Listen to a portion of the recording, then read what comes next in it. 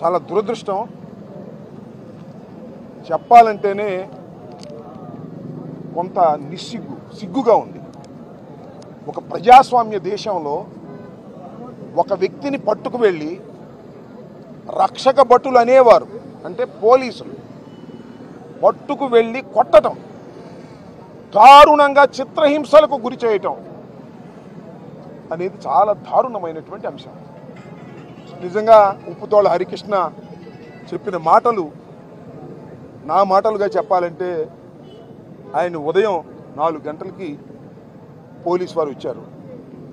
అది కూడా ఎవరో జానీ భాష అంట, ఆ గ్రామంలో ప్రత్యర్థి రాజకీయ పార్టీకి, తెలుగుదేశం పార్టీకి చెందినటువంటి నాయకుడు. ఆయన కారులో వచ్చారు. ఆయన కారులో వచ్చి మీరు రండి అంటే, ఏమిటి పోలీస్ వ్యాన్ కూడా కాదు, ఎందుకు మేము ఈయన కారులో రావాలి అని తండ్రి కొడుకులు ఇద్దరు కూడా అడ్డం తిరిగి మేము వస్తాం పదండి పోలీస్ స్టేషన్, కానీ ఆ జానీ భాషా కారులో మేము రాము, ఆయన తెలుగుదేశం ఆయన మాకు వ్యతిరేకంగా ఉన్నాడు, ఆయనే మిమ్మల్ని తీసుకొచ్చి మమ్మల్ని తీసుకెళ్లాలని ప్రయత్నం చేస్తున్నారు, మేము రామని పోలీస్ స్టేషన్కి వచ్చారు. ఇందాక ఆ ఎల్లయ్య తండ్రి గారు చెప్పినట్టుగా వాళ్ళ అన్నను కూడా తోడు తెచ్చుకున్నాడు. ఎల్లయ్య పాప ఒక్కడే కాదు కదా అని వాళ్ళ అన్నగారిని కూడా, ఇందాక ఉన్న అన్నగారిని కూడా తోడు తెచ్చుకుని ముగ్గురు కలిసి వచ్చారు. వచ్చిన తర్వాత పోలీస్ స్టేషన్లో మరి ఉప్పుతోళ్ళ హరికృష్ణను కూర్చోబెట్టారు.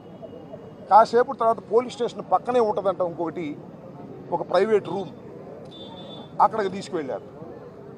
తీసుకువెళ్ళి హరికృష్ణ చెప్పిన మాటలే చెప్తున్నా నేను. 2 కాళ్ళు చాచి కానిస్టేబుల్స్ ముగ్గురు, ఆ దాచేపల్లి సిఐ పొన్నూరు భాస్కరు వచ్చి ఆ 2 కాళ్ళ మోకాళ్ళ మీద నిలబడి ముఖం మీద కొట్టడం. What is this? ఏం చేశాడు ఆయన? అతను ఏం ఘోరం చేశాడు? వైఎస్ఆర్ కాంగ్రెస్ పార్టీలో ఉన్నాడు. అయితే పోలీసులు ఏదైనా ఉంటే కేసు పెట్టండి, పెట్టారుగా. 307 అంటే 109 బిఎన్ఎస్ పెట్టారు. అంటే మనిషిని చంపబోయాడని ఓ ఫాల్స్ కేసు పెట్టారు. మరి కొట్టడం ఏంటి? ఒక మనిషి ఇట్లా కొట్టడం ధర్మమేనా? అసలు ఆ సిఐ గారి పద్ధతి ఏంటి? This the second time Krishnaveni అనే ఆయన పట్టుకొచ్చి హైదరాబాద్లో పట్టుకొచ్చి రాత్రి 12-1 గంటకి ఆమెని ఇంట్రాగేషన్ చేశాడు. అదే విషయం మ్యాజిస్ట్రేట్ గారికి చెప్పింది ఆమె. చెబితే నోటీస్ ఇచ్చారు మ్యాజిస్ట్రేట్ గారు.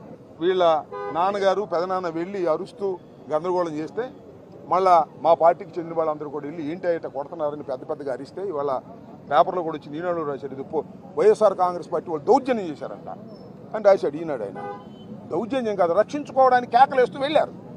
అబ్బో ఇది బయటకు వచ్చేసింది, ఇక మనం అట్టి పెట్టిన లాభం లేదని తీసుకువెళ్ళి కోర్టులో ప్రొడ్యూస్ చేశారు. ప్రొడ్యూస్ చేసే ముందు తీసుకువెళ్ళి హాస్పిటల్లో చూపించారు. ఇది ధర్మం, అంటే ప్రొసీజర్. హాస్పిటల్లో చూపిస్తే చెప్పాడు, అయ్యా నన్ను కొట్టారు పోలీసు వారు, నా కాళ్ళు పగిలిపోయినాయి, మోకాళ్ళు పని చేయటం లేదు, నడవలేకపోతున్నానని చెప్తే, మరి డాక్టర్ గారు ఏం మేనేజ్ చేశారు, ఏమి రాశాడో మాకు తెలియదు, అది రిపోర్ట్ వస్తుంది. డాక్టర్ గారు ఏమి రాశాడో, వీళ్ళు ఏం మేనేజ్ చేశారో, వీళ్ళేం లేదండి, వాడికి అంతకుముందే దెబ్బలు ఉన్నాయి, అంతకుముందే కాళ్ళకు దెబ్బలు ఉన్నాయి, ఇవన్నీ కొత్త దెబ్బలు కాదండి, ఈయన పోలీసు వాళ్ళు ఇవ్వటం. మరి డాక్టర్ గారు ఏమి రాశాడో వస్తే తెలుస్తుంది. అతను లారీ డ్రైవర్గా పనిచేస్తున్నాడు. ఎందుకంటే తంగెడలో ఎన్నికలు అయిపోయిన తర్వాత ఎన్నికల్లో జరిగిన గొడవల వల్ల ఇతన్ని కొడతారని, ఇతని మీద కేసులు పెడతారని భయపడి తెలంగాణ వెళ్ళి అక్కడ లారీ డ్రైవర్గా పనిచేసుకుంటున్నాడు. ఇంకా కాళ్ళు నొప్పులేంటి, లారీ డ్రైవర్గా పనిచేసుకుంటున్నాడు కదా, శుభ్రంగా లారీ డ్రైవర్గా పోయి హనుమాన్ జయంతి అని వచ్చాడు, దొరికాడు రాని పట్టేశారు. పట్టేసి తీసుకువెళ్ళి ఈ విధంగా చిత్రహింసలకు గురి చేశారు. తర్వాత మ్యాజిస్ట్రేట్ గారి దగ్గర ప్రొడ్యూస్ చేశారు. గత్యంతరం లేని పరిస్థితుల్లో, లేకపోతే అప్పుడప్పుడు ప్రొడ్యూస్ చేసేవాళ్ళు కాదు, మొత్తం దెబ్బలను తగ్గిన తర్వాత ప్రొడ్యూస్ చేస్తారు. కానీ వాళ్ళ నాన్న, వాళ్ళ పెదనాన్న, ఇంకా వైఎస్ఆర్ కాంగ్రెస్ పార్టీ నాయకులు వెళ్ళి మా వాడిని ఎందుకు తీసుకొచ్చారు కోర్టులో ప్రొడ్యూస్ చేయమని గద్దించిన తర్వాత గత్యంతరం లేని పరిస్థితుల్లో కోర్టులో ప్రొడ్యూస్ చేసే ముందు డాక్టర్ గారికి చూపిస్తే, డాక్టర్ గారికి ఈ విధంగా చెప్తే, మరి ఆయన ఏం రాశాడో తెలియదు. మళ్ళీ మ్యాజిస్ట్రేట్ గారి దగ్గరికి వెళ్ళాడు, నన్ను కొట్టేశారండి, కాళ్ళని నడవలేకపోతున్నాను సార్, పగలు కొట్టేశారు, నేను ఇబ్బంది పడుతున్నాను అని అన్న తర్వాత మా న్యాయవాదులు వెళ్ళి ఆర్గ్యూ చేసి గుంటూరు కోర్టుకు రిఫర్ చేయండి అంటే రాత్రి గుంటూరు కోర్టుకు తీసుకొచ్చారు. జీజీహెచ్కి, సారీ గుంటూరు హాస్పిటల్కి, జీజీహెచ్కి తీసుకొస్తే అక్కడ టెస్టులు చేశారు, రాశారు ఏదేదో. మరి పాప మా కుర్రోడు ఎవరిని రానియలేదు. అక్కడ కూడా వాళ్ళని మేనేజ్ చేయడానికి పోలీసు వారు ప్రయత్నం చేశారు. మరి ఆయన ఏ రిపోర్ట్ రాశాడో ఏమో మాకు తెలియదు, కోర్టులో సబ్మిట్ చేస్తారో తెలుస్తుంది. అక్కడ కూడా మ్యానిపులేట్ చేశారనేటువంటి అనుమానం మాకుంది. రిపోర్ట్ వచ్చిందో తెలుస్తుంది. మళ్ళీ అక్కడ నుంచి తీసుకొచ్చి ఉదయాన్నే కోర్టులో ప్రొడ్యూస్ చేస్తే కోర్టు వారు రిమాండ్ ఇచ్చారు. రిమాండ్ లోపల ఉన్నాడు. ఇంకా అతనికి వైద్యం అవసరం. మా అక్యూజ్డ్గా ఉన్నటువంటి ఉప్పుతోళ్ళ హరికృష్ణ మాత్రం నన్ను పోలీసు వారు కొట్టారు అని చెప్పారు. ఎక్స్రే తీశారంట, కానీ వాపు ఉంది భయంకరంగా. డాక్టర్లు కూడా వచ్చారు, వాళ్ళు కూడా చూశారు, వాపు ఉంది. ఎంఆర్ఐ స్కానింగ్ తీయాల్సిన అవసరం ఉంది. ఎంఆర్ఐ స్కానింగ్ తీయలేదు. తీస్తే మళ్ళా కేసు అయిద్దామని పోలీసు వారు భయపడుతున్నారు. ఈ విధంగా సబ్ జైల్లో ఉన్న వ్యక్తికి సరైనటువంటి వైద్యం అందనటువంటి పరిస్థితి కూడా కనిపిస్తుంది. దీని మీద మేము ఉన్నత న్యాయస్థానానికి వెళ్ళి అతన్ని మరొక చోటకు రిఫర్ చేసేటటువంటి ప్రయత్నం కూడా మా న్యాయవాది బృందాలు చేస్తున్నారని ఈ సందర్భంగా నేను చెప్పదలుచుకున్నాను. ఒక వ్యక్తిని ఈ విధంగా ఆయన సూపర్ పవరో లేకపోతే కాకి బట్టలు వేసుకున్నటువంటి తెలుగుదేశం కార్యకర్తో లేక కాకి బట్టలు వేసుకున్న తెలుగుదేశం గూండానో ఆయన నాకు తెలీదు. ఆ సిఐ గారు ఆయన పేరేదో భాస్కర్, పొన్నూరు భాస్కర్ అంట. దిస్ ద సెకండ్ టైం కొట్టడం అనేది. ప్రైవేట్ కేసు 4 ఉన్నాయండి అతని మీద, అది వేరే అంశం. ఇది సెకండ్ టైం కృష్ణవేణి మీద ఆ విధంగా చట్ట వ్యతిరేకంగా ప్రవర్తించాడు. ఇవాళ ఉప్పుతోళ్ళ హరికృష్ణ అనేటువంటి ఒక లారీ డ్రైవర్ మా పార్టీకి చెందినటువంటి వ్యక్తి అయినంత మాత్రాన తీసుకెళ్లి కొట్టడం ఏంటి నాకు అర్థం కాలేదు. కొట్టారో అని ఇప్పుడు అక్కడ గొడవ చేస్తున్నారుగా. ఎవరు మన డిప్యూటీ స్పీకర్ గారు కొట్టారో అని ఒక ఐపీఎస్ ఆఫీసర్ని సస్పెండ్ చేశారు, జైల్లో పెట్టారు. మరి ఉప్పుతోళ్ళ హరికృష్ణను కొట్టినందుకు ఏం చేయాలా? వాళ్ళనే జైల్లో పెడితే నిన్నేం చేయాలా అని అడుగుతా ఉన్నా. ఆయన పేరేంటి? కాదు మన భాస్కర్ అనే ఆయన. ఏంటిది? నీ కాకి బట్టలు వేసుకుంటే, నీకు లాఠీ ఉంటే, నీకు తుపాకీ ఉంటే నువ్వు రౌడీ అయిపోతావా? తెలుగుదేశం పార్టీ వాళ్ళు నీకు చెప్తే నువ్వు మా కార్యకర్తను కొట్టేస్తావా? కొడితే మేము చూస్తూ ఊరుకోవాలా? దీనికి సరైన సమాధానం చెప్పవా? ఏమయ్యా భాస్కర్, ఏంటి నీ ఉద్దేశం ఏంటి? ఇది చాలా అన్యాయమైనటువంటి అంశం. ఉప్పుతోళ్ళ హరికృష్ణని మీరు ఎన్ని కేసులన్నా పెట్టుకోండి. 307 పెట్టారు. ఎవరిని కొట్టాడా? ఎవరిని హాస్పిటల్లో ఉన్నారా? ఎవరు లేదు. ఒక కంప్లైంట్ ఇచ్చారు, కేసు పెట్టి పారేశారు. ఇంకా నయ్యం 302 పెట్టేవాళ్ళు. డెడ్ బాడీ దొరకాగాడు భాస్కర్. ఎక్కడ డెడ్ బాడీ దొరికితే రోడ్డు పక్కన మన ఉప్పుతోళ్ళ హరికృష్ణ చంపేశాడని పెట్టేసేవాడు ముందు. తర్వాత ఏమవుతాయింది? అందువల్ల ఏంటిది 307 వేయటం అంటే ఏంటి? అవతల దేర్ ఇస్ నో ఇంజురీ. అవతల వాడు హాస్పిటల్లో లేడు, మావాడు మాత్రం హాస్పిటల్లో ఉన్నాడు. నువ్వు కొట్టిన దెబ్బలకి నీ మీద 307 పెడతాం, గుర్తుపెట్టుకో. We're filing a private complaint against the police that 307 నువ్వు ఉప్పుతోళ్ళ హరికృష్ణని పట్టుకెళ్ళి చంపడానికి ప్రయత్నం చేశావు అనేది వాస్తవాన్ని కూడా మనం చేస్తున్నాం. మీకు అధికారం ఉంటే, మీకు పోస్టింగ్లు ఇచ్చేవాళ్ళు చెబితే మీ ఇష్టం వచ్చినట్టు చేస్తే మేము చూస్తూ ఊరుకోవాలా? ఎంత దుర్మార్గం ఇది! నువ్వు మర్డర్ కేసు పెట్టుకుంటావో, అటెంప్ట్ మర్డర్ పెట్టుకుంటావో, లేకపోతే ఇంకో కేసు పెట్టుకుంటావో, నీ ఇష్టం పెట్టుకో. కోర్టులో మేము తేల్చుకుంటామని మనం చేస్తున్నాం. కానీ మ్యాన్ హ్యాండిల్ చేయటం, హెరాస్ చేయటం, బీట్ చేయటం, కొట్టడం, ఒక ముద్దాయిని మీరు కొట్టడం ఎంతవరకు ధర్మం అనేది ఇక్కడ ఆలోచించుకోవాలి పోలీస్ డిపార్ట్మెంట్. టోటల్గా మనం చేస్తున్నాం. నిజంగా పోలీస్ డిపార్ట్మెంట్కి కాస్తైన మొరాలిటీ ఉంటే department has to take immediate action on Bhaskar. ఇమీడియట్గా అది సస్పెండ్ చేయండి. మ్యాజిస్ట్రేట్ గారు ముందు చెప్పాడు, అది మెమో ఇచ్చారు మ్యాజిస్ట్రేట్ గారు 2 కేసుల్లోనూ. You take an action. Department action తీసుకోగలుగుతారా? తీసుకోరా? తీసుకోకపోతే ఎలా యాక్షన్ తీసుకోవాలో మాకు తెలుసు. చట్టపరమైనటువంటి యాక్షన్ తీసుకుంటాం. న్యాయస్థానాలు ఉన్నాయి, న్యాయస్థానాలకు వెళతాం.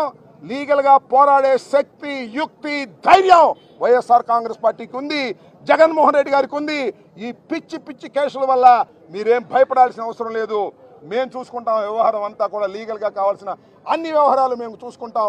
ఇది జగన్మోహన్ రెడ్డి గారు చెప్పిరమ్మని మమ్మల్ని పంపించారని కూడా ఈ సందర్భంగా నేను చెప్పదలుచుకున్నాను. ఇంకా రెండో విషయం, చల్లా ప్రేమ్ కుమార్, ఈయన తేలుకొట్ల. ఇతను కూడా పారిపోయి హైదరాబాద్లో ఉంటున్నాడు. ఎందుకు వచ్చిన గొడవ? ఈ పోలీసులు లేపక మనం తట్టుకోలేము. ఆ తెలుగుదేశం వాళ్ళు చెబితే పోలీసు వాళ్ళు పట్టుకెళ్ళి మనం కొడుతున్నారని ఇతను నేను ఉదయం 8:30 పట్టుకున్నారు. అక్కడ లిఫ్ట్ చేసి ఇక్కడ తీసుకొచ్చి కేసు పెట్టాడు. ఏం కేసు తెలుసా? సారా అమ్ముతున్నాడంట.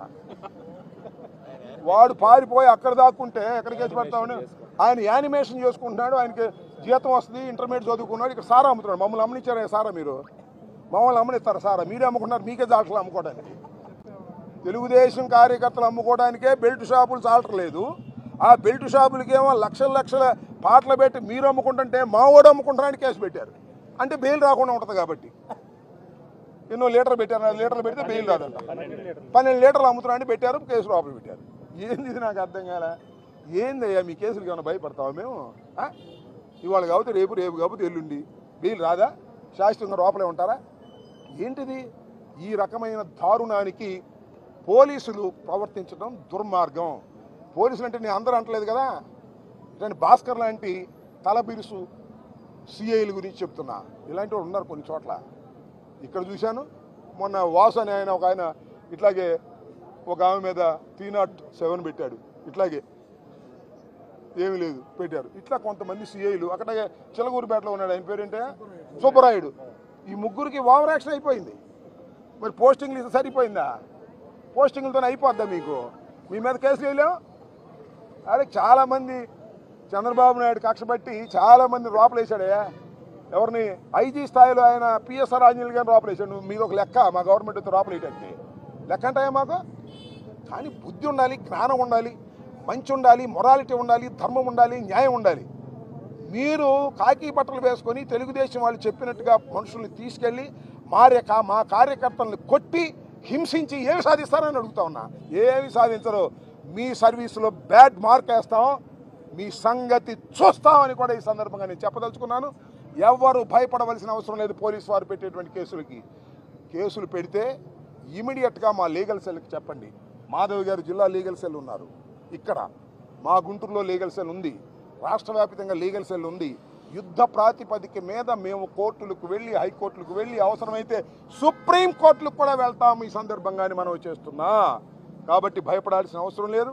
ఇది దారుణమైనటువంటి అంశం, చాలా దుర్మార్గమైనటువంటి విషయం అని కూడా ఈ సందర్భంగా నేను చెప్తూ మరొకసారి చెప్తున్నాను. ఉప్పుతోళ్ల హరికృష్ణ వారి కుటుంబానికి వైఎస్ఆర్ కాంగ్రెస్ పార్టీ అండగా ఉంటుంది, దండగా ఉంటుంది. మహేష్ వచ్చిన తర్వాత మళ్ళీ వీరి కుటుంబాన్ని కూడా తీసుకువెళ్ళి జగన్మోహన్ రెడ్డి గారికి తీసుకెళ్ళడం కూడా జరుగుతుందని కూడా వారి సత్యమణి కూడా ఉంది ఇక్కడ, పాపం బాధపడతా ఉన్నారు. ఏం భయపడాల్సిన అవసరం లేదమ్మా, వీ విల్ టేక్ కేర్. మా వైపు నుంచి అన్ని విధాల సహాయ సహకారాలు ఉంటాయని కూడా మేము చెప్తూ, ఈ కేసు విషయంలో కూడా మిమ్మల్ని ఎవరైతే నిర్బంధించి తప్పుడు కేసులు పెట్టి కొట్టి వేధించారో ఆ అధికారుల మీద యాక్షన్ తీసుకునేంత వరకు కూడా మేము నిద్రపోమని కూడా ఈ సందర్భంగా చెప్పదలుచుకున్నాం.